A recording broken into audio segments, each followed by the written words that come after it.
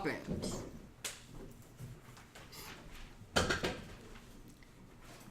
Operational amplifiers are usually called op amps, and they are, or it is, the operational amplifier is the queen of analog electronic components.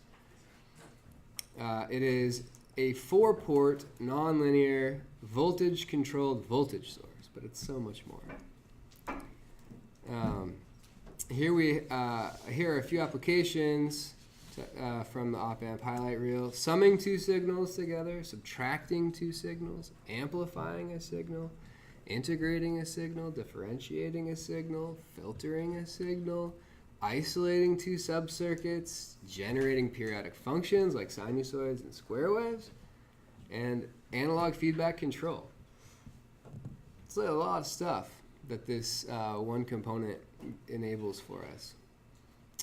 Although they are non-linear, in most applications, a linear approximation is sufficiently accurate, which is great news. Figure 4.9 shows the circuit symbol for the op amp. So here it is. It has 3 terminals that are shown typically. The one with the negative sign is called the inverting input. One with a positive sign is called the non-inverting input. And then the output is the out. Sometimes we call this the plus and the minus input terminals, but it's, or positive and negative, but it's a little bit deceiving to do so because it's not required that the voltage at each of these be positive or negative. That's why it's better to call them inverting and non-inverting. So, good. These comprise an input and an output port, right? So you can think of this as being the input, and then this, and then always the sort of implicit reference to ground as being the output port.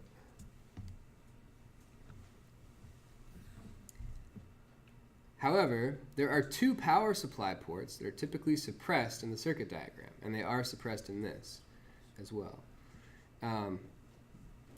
These 2 power supply ports are from a differential supply, which has a positive terminal, so a plus 12 volts, symmetrically negative terminal, negative 12 volts, and a common ground. The supply provides the op amp with external power, making it an active element.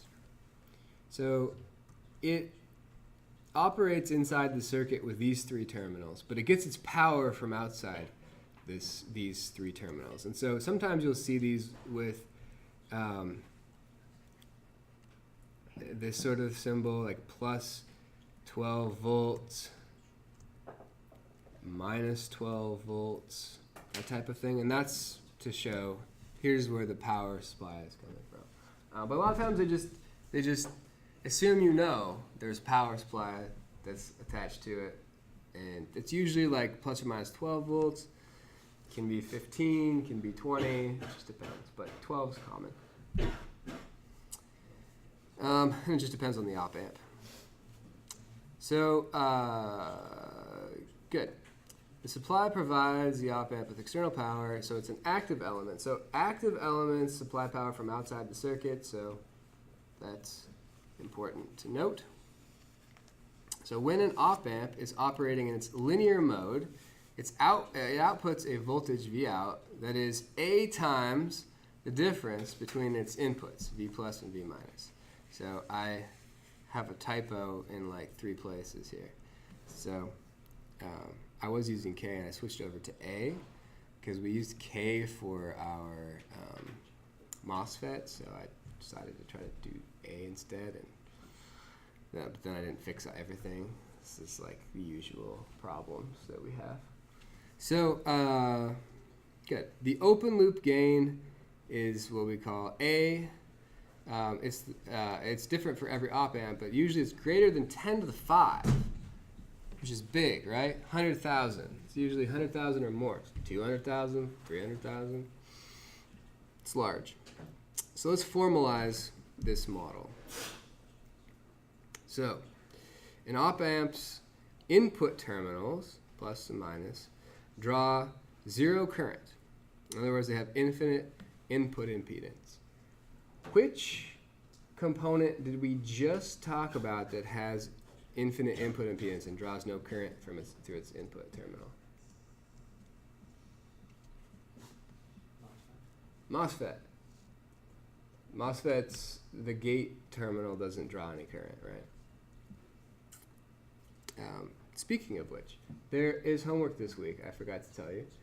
I put it up on Slack, but in any case, there's a homework that is it's up. It's homework number 5. There's no quiz over it. It's just going to be the exam. So no quiz on Friday or whatever. Just the exam Friday. But I also posted the solution in all previous solutions. So everything is up. All the solutions are up, and so including this week's. So there's a MOSFET problem that there's a solution for, and then there's also an op-amp problem that there's a solution for. So I think that's going to help you guys quite a bit if you understand those. The solution should help you understand those a little bit more. Good. Okay. So excellent. So infinite input impedance, just like the MOSFET. Let A be a positive real number. It's also A. The output voltage, V out, is given by this relationship here. So the output is A times the difference in input voltage. So that is a nice relationship. Specifically, it is linear, which is very convenient. Notice there's not like a squared here or anything. Like in the MOSFET case, we had a squared in the relationship that looked like this. And so squared sucks. We don't like it. Fortunately, this is actually a really good approximation most of the time for an op-amp. So the output terminal has zero impedance. That's another aspect of this model. So this model is equivalent to a dependent voltage source controlled by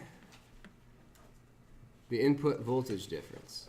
In fact, it is also linearly dependent, so linear circuit analysis techniques can be applied. So if we look at this, we see that the output voltage here doesn't depend at all on the load you put it across. So that means it's like an ideal voltage source, right? Just like we've talked about. It doesn't have any output impedance, and so we could think of it as being an ideal voltage source. But it's not just any ideal voltage source. It's an ideal voltage source that we draw that's, looks like plus, minus, like this.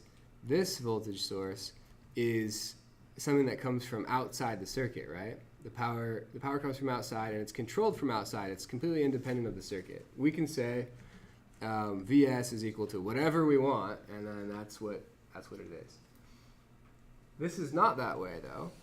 This one has an output that depends on parameters inside the circuit, right? It depends on V plus and V minus. So it's a voltage source, but it's a voltage source that supplies a voltage that depends on stuff that's inside the circuit. Okay? So that's what we call a dependent voltage source, one that depends on things inside the circuit. Okay. The model is fairly accurate as long as the magnitude of V out is less than the maximum power source voltage. So that means that, going back over here, whatever V out is, it's linear as long as we stay, below 12 volts, but whatever its max power supply voltage is, and we stay above negative 12 volts. We stay in that range with the output, and we're good. If we start to get, it's actually a little bit, probably like 11 volts we want to stay below, and above negative 11 volts. We want to stay in that range. If you go outside that range, then you're going to be in nonlinear region, and it's called saturation. So the output can't really exceed 12 volts, so as it approaches 12, it starts to roll off on 12. So, yeah. Okay, so due to the high open loop gain, so A we said is like 10 to the 5, right? The difference in input is highly restrictive for linear operation. So if we're going to multiply whatever comes in here by 10 to the 5, and it's really easy to exceed plus or minus 12 volts on the output, right? You could just put in like microvolts, millivolts in here, and it would maybe exceed 12 volts coming out. So that is an issue, one would think. But it turns out that it's not that difficult to stay in that linear operation range, and I'll explain why that is as we proceed. But it does lead to a convenient approximation during analysis that applies most of the time, and that is that the plus and minus voltage terminals are approximately the same compared to the other voltages in the circuit. And if you think about it, if you've got like 5 volts coming out and you've got like 5 microvolts difference between these two coming in, probably the difference between these two isn't that significant for your calculation outside of it. So we can make that approximation. We're going to show, I'm actually in the problem that I give you guys to work on in the homework. I have you guys solve it both ways. First, assuming that V plus is equal to V minus, and then also assuming that it's not, and seeing how it simplifies down. But it turns out that either way is valid almost all the time. We can't make this assumption unless two things are the case. First, the op-amp is part of a circuit that connects its output via a wire. Sorry, I skipped a line there. Unless the op-amp is operating in linear mode, so that's a requirement. And two, the op-amp is part of a circuit that connects its output via a wire or circuit elements back to its inverting input. The second condition is called negative feedback and is used in most op-amp circuits for several reasons, the most important of which is that equation 4.3 holds due to its virtual guarantee of linear operation in this case. So if 4.3 is approximately satisfied, then we're not going to end up in this nonlinear saturation regime. We're going to stay pretty linear because we're going to be relatively close to 0 as our differential, our difference on the inputs. And so then if you multiply something very small by a large gain, you're not going to exceed your capacity of the op-amp. So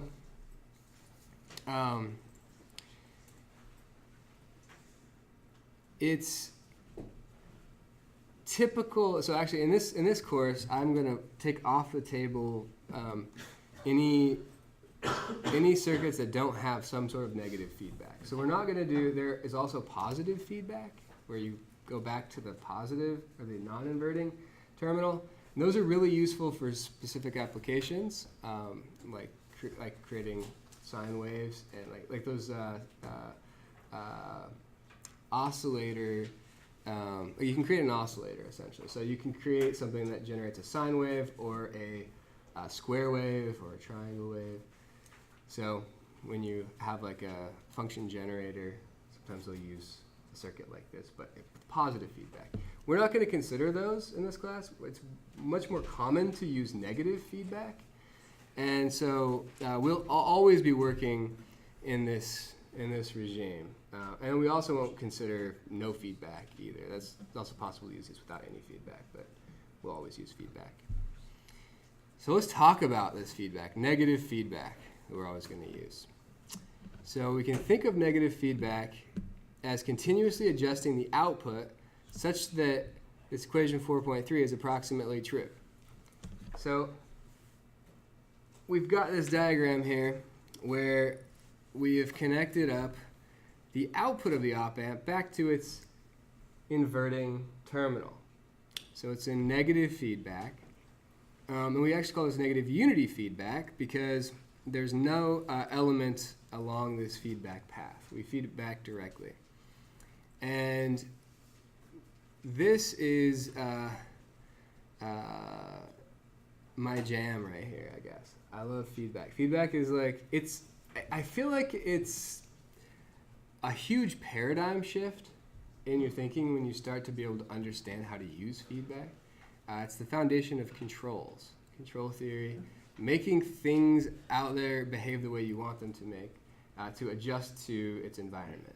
Okay, so if you have something that's designed beforehand, you just stick it out in the world. With all the variations in the world, it's really hard to design something that will perform well. Almost always we have to have some sort of feedback, measure what's going on, and respond to it.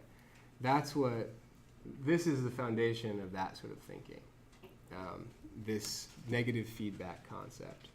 So we're going to keep coming back to it, too, for the next couple semesters at least. So,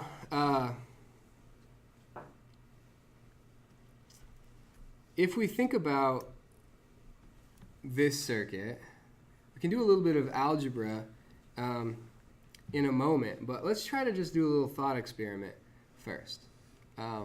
Let's imagine that there is some difference between these two inputs for a moment. There's some difference between them, and it gets amplified, and we get that output coming back here to this negative terminal. And then notice that this difference will be taken and it'll go back out here. I don't know if you can quite see it, but you can see there's a tendency for these two to come together when you feed this back. So say it kind of works with discrete time steps, but it doesn't quite. So I'll see if this works. If it works for you, then great. If it doesn't, then just ignore it. But just imagine for the first time step that this was 1 and this was 0, like microvolts. And then this became, say it was like 10 to the 6 as the A value, the open loop gain. So you got 1 volt out here, which this feeds back and makes this 1 volt. And now look, your difference is 0. So that's the tendency, and if this was -1, this was 0, or it doesn't matter what these two are. This thing, when it's continuously feeding back, it's essentially adjusting the output to make these inputs 0. And if this is kind of trippy, that's good. A lot of people who first started thinking about this stuff had to spend a lot of time convincing people they weren't crazy. So it's legit, and it's actually one of the most powerful engineering innovations in the last 100 years, actually. So it was a huge, huge step. Communications devices, power amplification, all kinds of stuff were enabled through this process. So pretty great.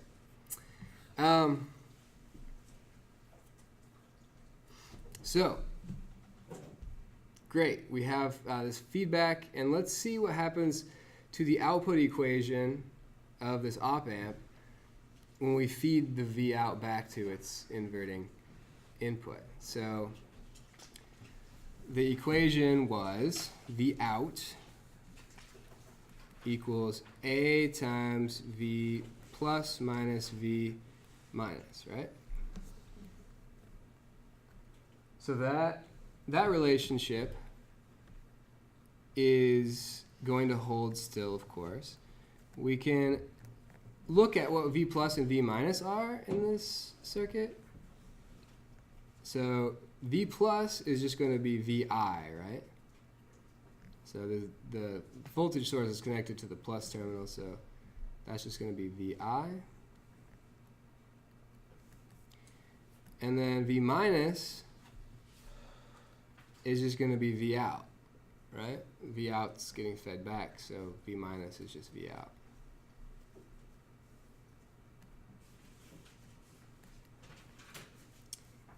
All right, so we have now V out, V in, V out. We can solve for what V out is in terms of V in, right?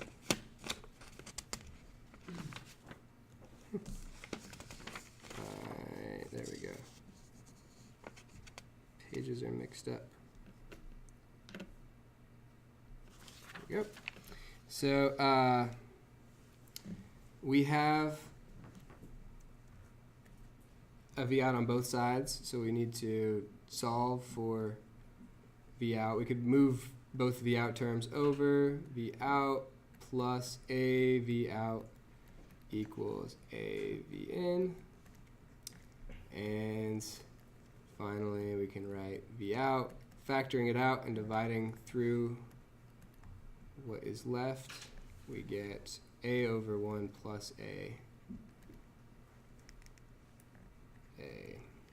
times V in.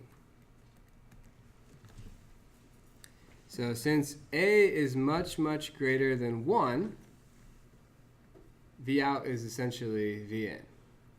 So if A is like 10,000 or 100,000, so if A is 100,000 and 1 plus A is 100,001, this ratio is pretty close to 1. So you can say V out is essentially V in. So for negative unity feedback then, V out follows V in. So however you adjust V in here, V out is constantly making itself the same as what V in is. Okay? For this reason, this particular op-amp circuit is called a voltage follower. So, and it's actually useful. It might not seem useful, but it actually is. Why wouldn't we just apply V in to the load instead of like, if V out is just V in, why not just get rid of the op amp and just apply V in to Z?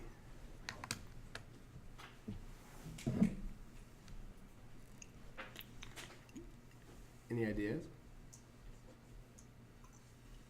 You could do it to add another voltage source. So like if between VI and the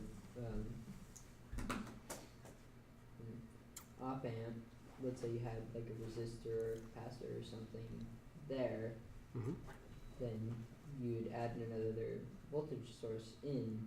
It's another voltage drop, so that's different. You could adjust it that way.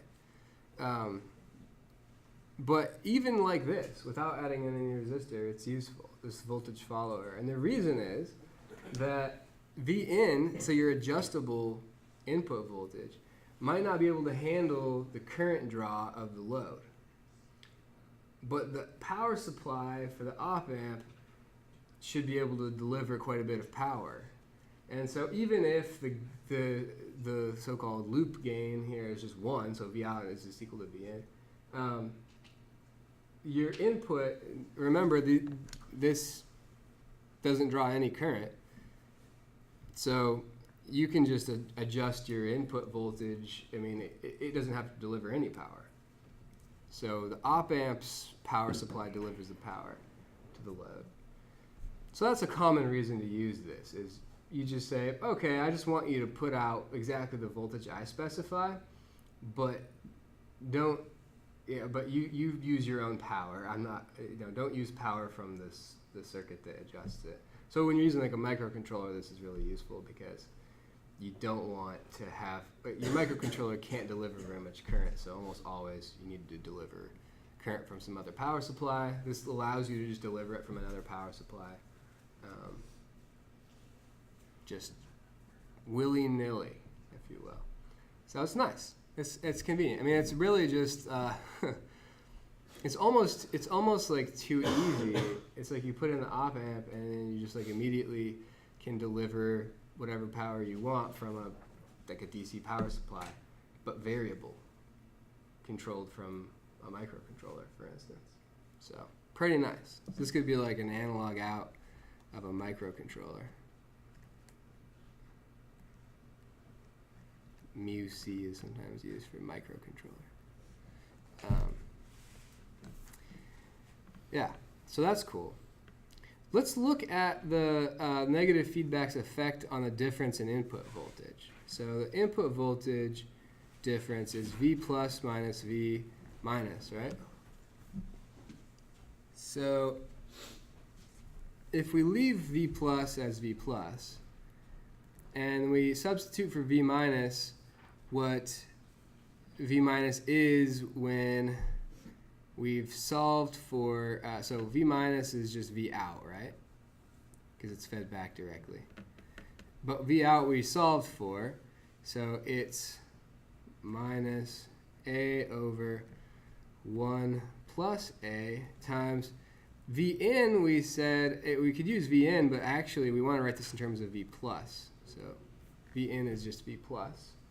We already went from V plus to V in. We can go the other way. So what is this ratio? Pretty much 1, right? 100,000 over 100,001. So this is about 1. So it's V plus minus V plus, pretty much. So this is approximately 0.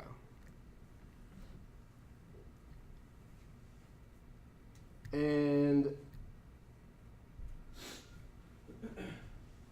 this is equivalent to the statement in equation 4.3, right? So equation 4.3 I'm going to refer back to several times. But it's this approximation, that V plus is approximately equal to V minus. So we found that that was true as long as we make A large. And in fact, that's always going to be the condition that allows us to have V plus approximately equal to V minus. So that is for negative feedback, the input voltages are nearly equal. This is control theory, okay? So this is how we make a system behave the way we want. In this instance, the loop gain, the effective gain from V in to V out is 1, right? So V out is equal to about 1 times V in. So loop gain is about 1. The same principle applies when elements such as resistors and capacitors are placed in the feedback path. The resulting loop gain can be non-unity and respond dynamically to the signal. So we don't have to have a loop gain of 1. We might have a loop gain of much greater than 1. Could be negative. Could be we can come up with all kinds of fun stuff. But this idea of adjusting something based on your measurement of it, your feeding back of it, that idea is the foundation of control theory. Okay, that's the idea, which is pretty fun. Okay, so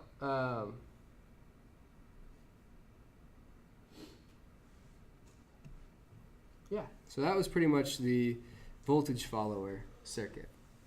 And we learned about negative unity feedback. We got a little bit of a feel for it. So now we're going to do another really useful op-amp circuit called the non-inverting op-amp circuit. So it's shown in figure 411, so right here. So let's take a look at it. It's got an input voltage from a source connected to the non-inverting input. And then it's got an output voltage that is essentially the output voltage of the op-amp. I'm referencing it to ground explicitly here, but of course V out is always referenced to ground if it's just labeled at a node. So we stuck in 2 resistors though. One resistor in the feedback path, so we feed back through resistor 1 to the negative terminal. And then resistor 2 connects from the inverting terminal of the op-amp to ground. So we're going to analyze this circuit, and we're going to do it in a way that's not systematic because it's a pretty simple circuit and we can kind of wander our way through it without too much trouble. But if you do this with a circuit and you're wandering through and you're just applying KVL and KCL and Ohm's law and you just realize, well, I'm running in circles, I don't know what's happening, why am I not getting to the solution, I can't eliminate this variable. You might want to stop and go back and do it systematically in the way we've discussed. Elemental equations, KCL, KVL, and then solve. We're going to do it unsystematically here. In the example, I think or in the homework that I gave the solutions for online, I think I did it systematically to be a little bit, because I think it was a little more complicated. So, good. So let's analyze the circuit. We want to find what the output voltage is as a function of the input voltage. And we're thinking it's going to be linear. We expect it to be linear. And we want to find what that loop gain is. It was 1 for the last one, so we're hoping it's not 1 in this case. It's not. It's not 1. It's not. Okay. So we begin with KVL to express V out in terms of VR1 and VR2. So what is V out in terms of VR1 and VR2? Just the sum.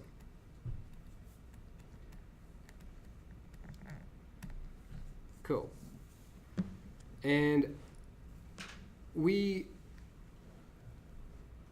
want to know what V out is. So let's just start trying to wander through this problem and eliminating variables we don't know with equations we haven't used yet. That's kind of our general strategy.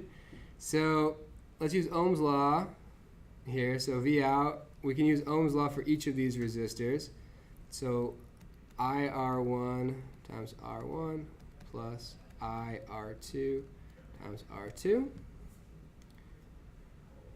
These are subscripts, if it wasn't clear.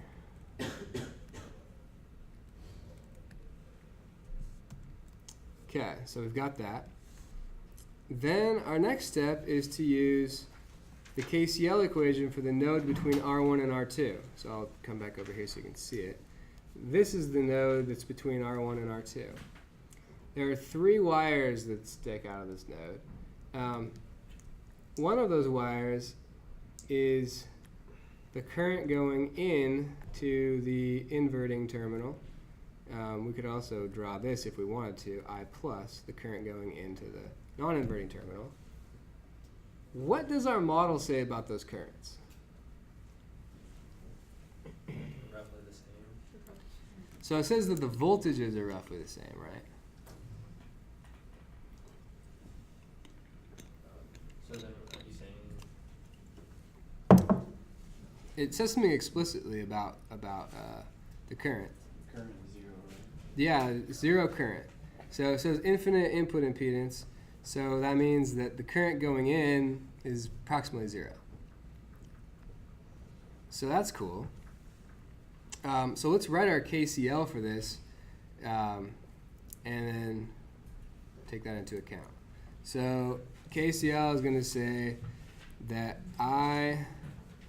IR1 minus IR2 minus I minus equals 0, right?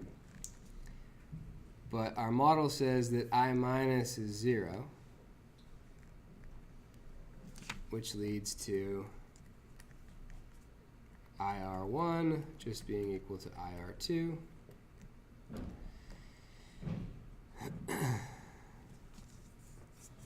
And what does that tell us? So let's go back to our, so let's say so let's go back to our V out expression. It has IR1 and IR2 in it. So let's just substitute in and eliminate IR1 from that expression and write it in terms of IR2.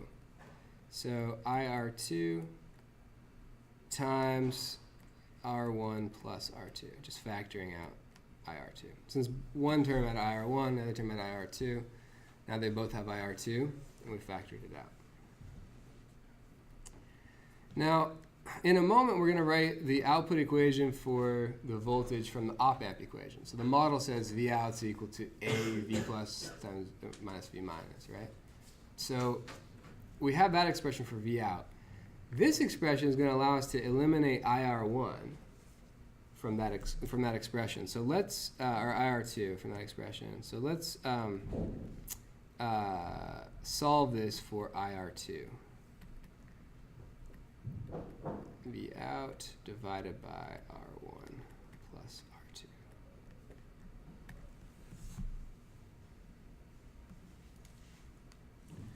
So the other equation that we can write for V out is just from the op-amp model, which is A times V plus minus V minus. So A times V plus, in this case, is the same as V in, right? Because the source is connected to the plus terminal. So this is just V in. And then we have minus V minus. So V minus is the voltage here, which is the voltage all along this wire, and is the voltage there. So voltage there is actually VR2, right? Because this is ground. So VR2 gets us to ground, and that's what our voltage is at minus.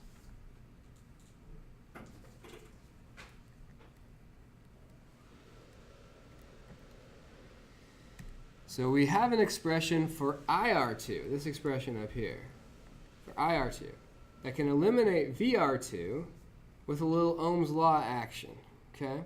So if we say from this that V out is equal to A times V in, so it's the same, minus Ohm's law says VR2 is equal to what? Yep. And if we say, oh, IR2, we have an expression for that that eliminates IR2. So that gives us A V in minus V out times, I'm going to, there's the R2, and then divided by R1 plus R2. Whew, okay. So let's move the V out. There's a V out on each side. So let's move them both over to the left-hand side. So we get V out plus, over here it's, there's a V out, of course. There's an A from outside the parentheses. And then there's still the R2 divided by R1 plus R2. Equals A times V in. Okay, getting there. So factor out the V out and divide through by whatever is left. We get A over 1 plus over 1 plus A R2 over R1 plus R2. So if A is much, much greater than R1 plus R2 over R2, that means that if you look, this is the reciprocal of this expression right here.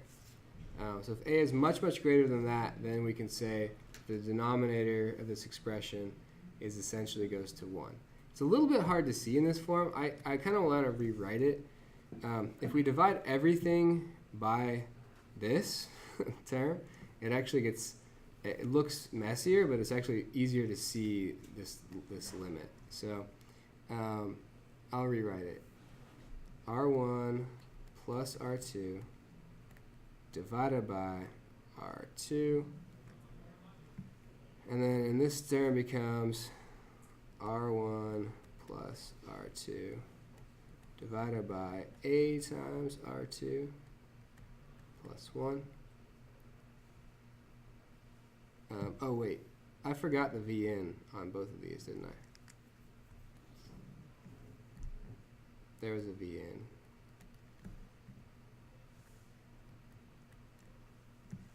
So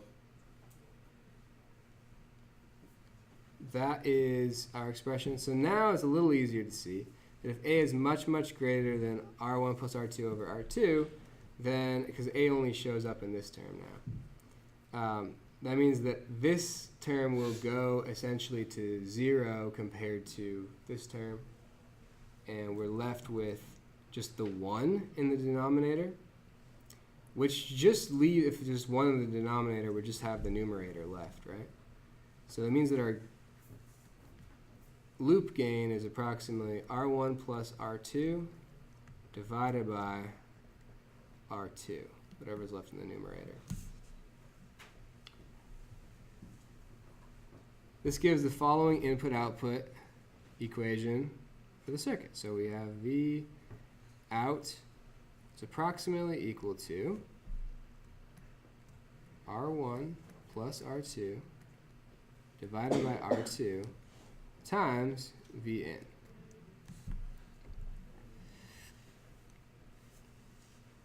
Which is very interesting for several reasons. First of all, it doesn't have to be 1, right? You could make this any positive number that you like, but if you start to violate this condition, you got to be careful, right? Because we assumed that this is true. If it's not true, you got to go back to this expression with the a's in it. Well, we don't want to typically, and that is because we like that this doesn't have any a's in it. And we like that for a couple of reasons. The first is that, well, the main reason is that A is somewhat, well, it's big, first off, but it's unpredictable as well. So for each op-amp, it varies. And it's also less stable in operation than resistors are, which stay very, very steady in their resistance. So having the gain depend only on resistance is actually really nice, a really nice feature. And this ratio is pretty adjustable too. So as long if we choose R1 to be greater than R2, then we get a positive or a greater than 1 gain, right? If we have R1 that's less than R2, then we still get a positive gain. So we always get above 1. Gain's always above 1. But we can adjust it from 1 to something very large as long as we don't violate this. Okay. Excellent. So this is that again. The character doesn't come through. So this independence of the input-output relationship on open loop gain is very common for op-amp circuits. We've essentially traded gain, because our gain's a lot less now, right? I mean, 100,000 and up, we're going to not be up there because we can't violate this. But we traded it in for linearity, so better linearity, so that the feedback gives better linearity because it keeps V plus and V minus close. That means that we're not gonna saturate the op-amp, which is good, and also for gain invariance. So the resistors don't change resistance very much. It can be shown that this is equivalent to the assumption that V plus is approximately equal to V minus. Making this assumption earlier, so V plus approximately equal to V minus, making that assumption earlier in the analysis can simplify the process. Note that we do not use the assumption for the op-amp equation, V out equals A times V plus minus V minus. For this would imply that V out is equal to 0. Instead, in the previous analysis, we could immediately assume that VR2 is equal to VI and proceed in a similar fashion. So if we looked at this, if we say the voltage difference between these is negligible, we could think about this being connected like that, in which case V in would be applied directly to R2, right? If V in is applied directly to R2, then you immediately know what the current is, and then from that you can figure out what this voltage is, and from that you can figure out what the output voltage is. So it's like it falls out pretty quickly if you make that assumption. What we did was we never assumed that V plus and V minus were similar, and we we just made this assumption about A being large. This is the better way to go if you might end up with some sort of issue with this assumption. So you don't know the assumption if you assume V plus is equal to V minus. You don't have to make this assumption, but you do have to make it if you don't assume that V plus is equal to V minus. So when I do the homework problem, in the solution, I actually ask you to solve it both ways. So I say solve it with the assumption that V plus is equal to V minus, and solve it without. And it's, you should get the same result in either case. Yeah, so that's it for op amps. On Wednesday, I haven't quite decided what I'm going to do on Wednesday yet. If I'm going to introduce the next material or if I'm going to discuss some things, maybe answer questions. We'll see. Yeah. This is like completely unrelated to the kind of. What's up?